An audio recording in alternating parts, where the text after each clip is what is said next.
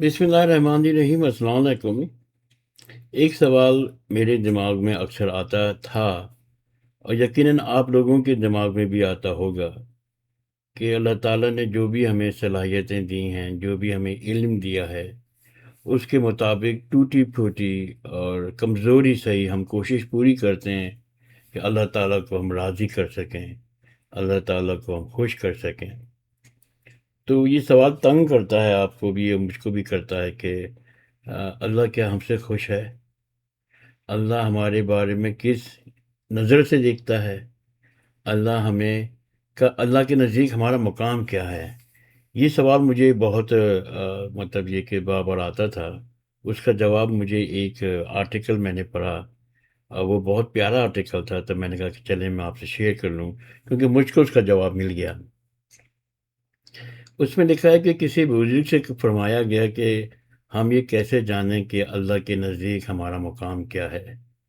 تو وہ بزرگ فرماتے ہیں کہ تم دیکھو تم کس کام میں مشغول ہو۔ اگر وہ تمہیں اپنے ذکر میں مشغول رکھتا ہے تو جان لو وہ تمہیں یاد رکھنا چاہتا ہے۔ اگر تمہیں قرآن میں مصروف رکھے تو سمجھ لو وہ تم سے ہم کلام ہونا چاہتا ہے۔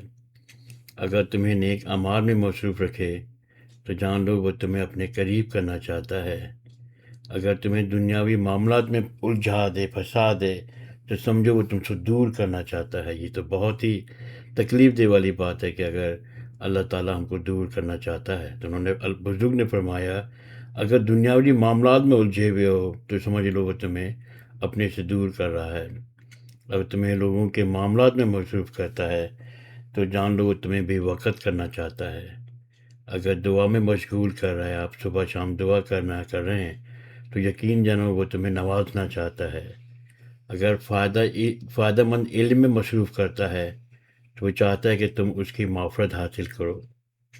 اگر تمہیں خدمت خلق اور بھلائی کے کاموں میں مشغول رکھتا ہے، اگر آپ چیریٹی کے کام کرتے ہیں، اللہ کو خوش کرنے کے لیے لوگوں کے لیے کام کرتے ہیں، تو جان لو وہ تمہیں اپنی محبت والے کاموں میں لگا رہا ہے۔ اگر خدمت خلق اور بھلائی کے کاموں میں مصروف رکھے تو جان لو تمہیں وہ اپنی محبت والے کاموں میں لگا رہا ہے۔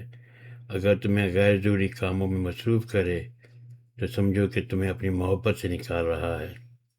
اگر تمہیں غیر ضروری کاموں میں مصروف کرے تو سمجھو کہ تمہیں اپنی محبت سے نکال رہا ہے۔